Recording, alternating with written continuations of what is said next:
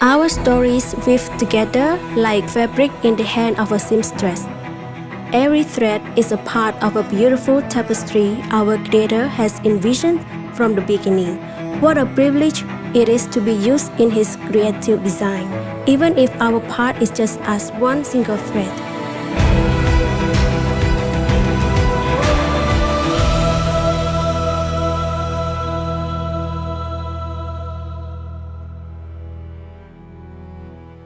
So I was posted by the Royal Canadian Mounted Police to Vancouver, Western Canada, going right from university to crime scenes and dead people every day. And it was depressing is an understatement. And so I figured, I've got to get out of here. I'm so sick of dead people. And so I went on a vacation to Southeast Asia and ended up on the Thai-Cambodian border in what was a war zone. So it's October 1989. I'm on a vacation in Thailand, just on the other side of that mountain, and I end up in the refugee camp of Site 8 with 42,000 basically hostages of the Khmer Rouge. And coming down from the mountain through the mines is a little lady. She was just skin and bone, and she had come through these fields, through fighting and mayhem, and she'd managed to climb the mountain and had staggered down the mountain. And at the bottom of the mountain, she was told, "You're safe, you're in Thailand." And she collapsed at that point. And I had the privilege of carrying her to a vehicle to bring her to a little bamboo hospital. She had no more strength in her, and I will never forget picking up a human being that light, just skin and bone. And seeing what she had been through and coming off the mountain, through the mines, recognizing so many others had not survived that trip was absolutely heartbreaking.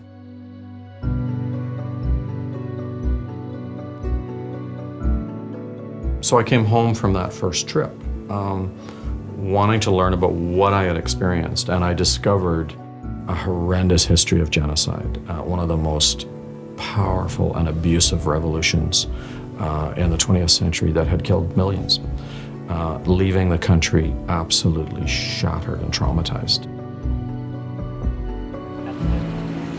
So while I'm standing in refugee camps full of medicine on the Thai side of the border, there's a little girl dying in here because there's no medicine for her, and no medicine is allowed in for her. So I decided I was going to bring medicine into the country. My plan was to smuggle a couple of suitcases through the UN embargo, and actually do that in the name of little Ratanak.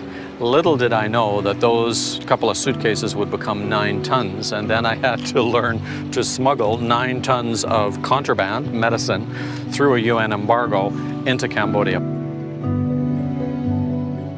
So as soon as I found that the boat carrying the container was almost in Phnom Penh, coming up the river, I jumped on a plane, was able to get here and to come onto this dock behind us, the large concrete government dock, to receive the container.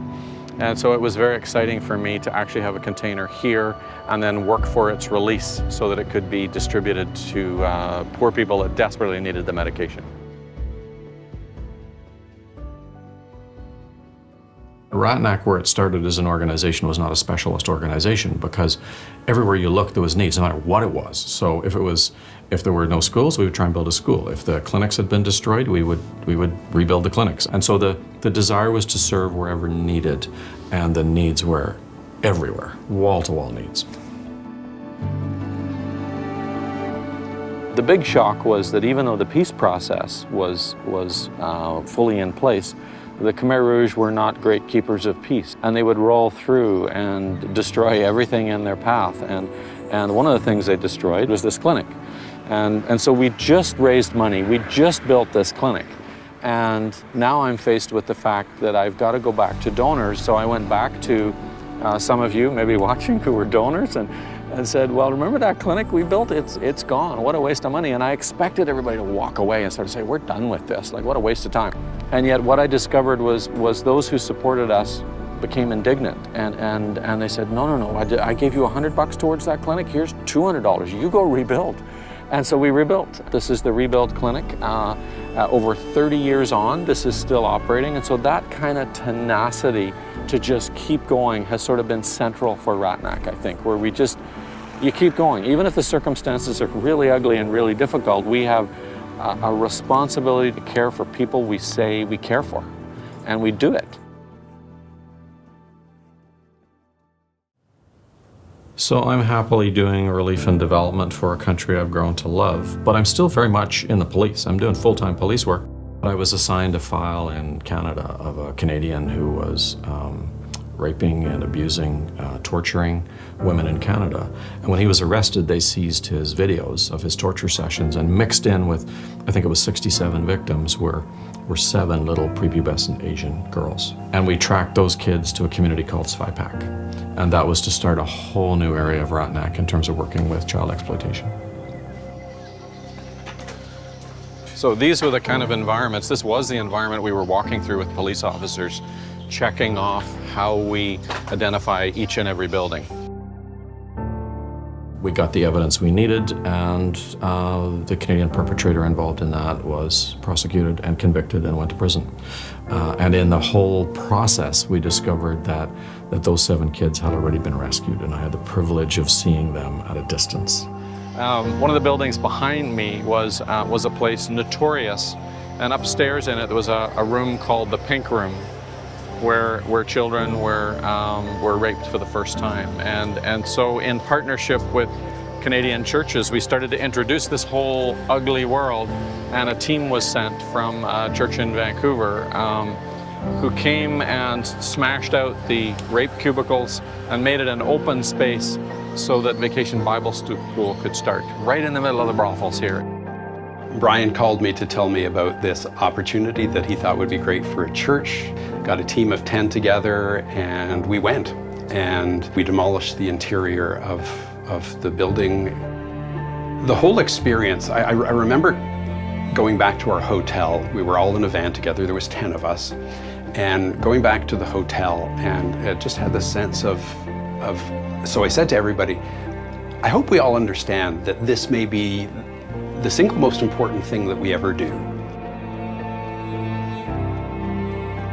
So after the recovery of those first 7, we realized there was so much work to do, and so we partnered with another organization to start the first rehabilitation center for such little kids, and it was overwhelmed by the number of kids very quickly, and sort of became the centerpiece of what we did for a long, long time in terms of prepubescent kids that could actually have hope of a real life after sexual slavery, which a lot of people said was pretty much impossible, and I would agree, it's pretty much impossible unless you're working for the great physician. And these kids come to realize that they are precious and they are to die for. That changes everything. So many of these young kids were in long-term care after such horrendous abuse. And as they grew older, it became clear there was no transitional center. There was no way to get them to transition from institutional care that they needed into normal independent life. And so we started what we call the RAP Home, the Ratanak Achievement Program. We wanted to call it achievement rather than a rehab center. We wanted them to feel it was a victory just to get that far. And we would take older girls into that center and basically continue with therapy, but also job skills training, education, so that they could reintegrate back into society as healthy young women. So for several years, we worked out of a little rented building with the toilets that didn't necessarily flush properly, or the neighbors that were rowdy, or, it wasn't ideal. And the dream was one day we would have a custom-built center to actually meet the needs of these young women. And so we ended up with a design team from, I think, 6 different countries that flew in here, and they designed this incredible building that we're sitting in now that is 6 stories of purpose-built building for such needs. It's really important for Ratanak to have a permanent place to work for. It means stabilities and consistencies to provide our services or support to our Cambodian people or the survivors from the exploitations. បើគ្មានអង្គការរតនៈទេខ្ញុំដឹងថានឹងត្រូវបានគេកេងប្រវ័ញ្ចទៀតហើយ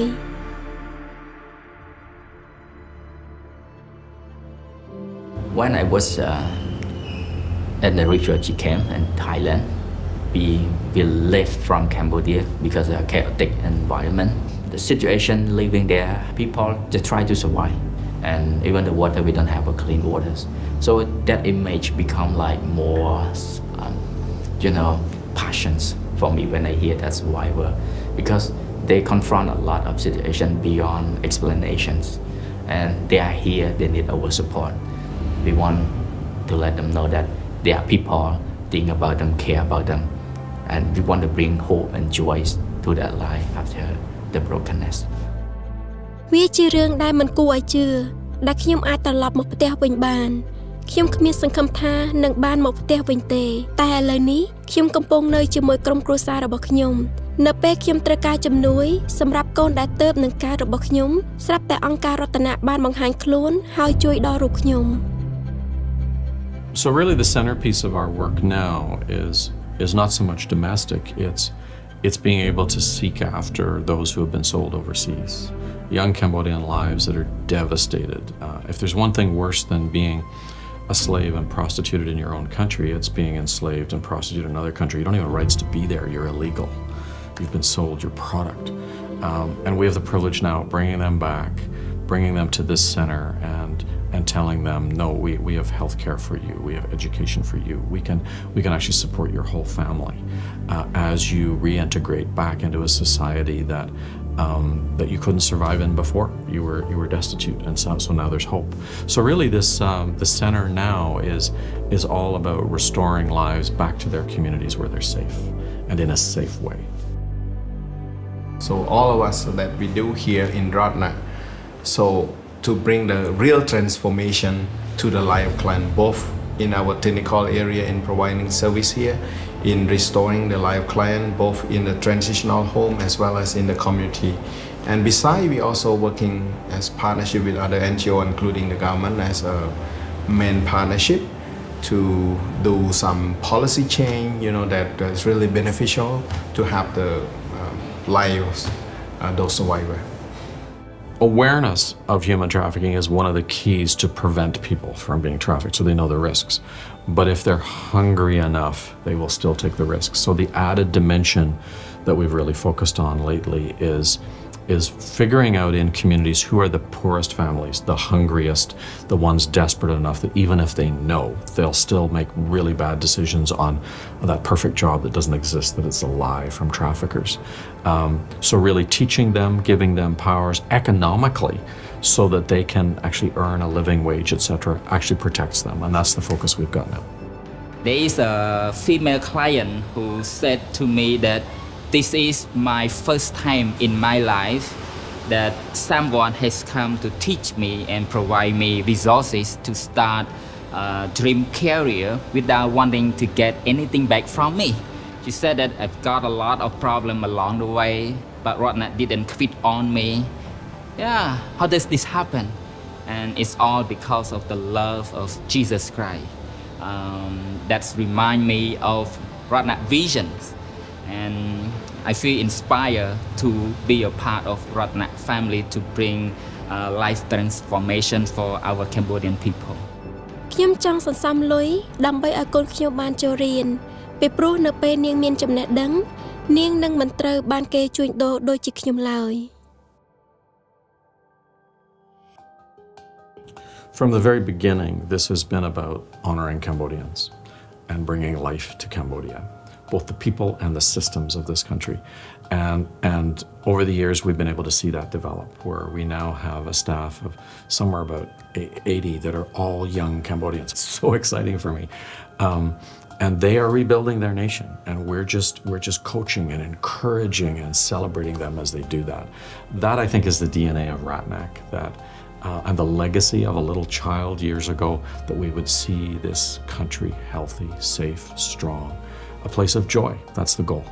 That's where we're headed towards.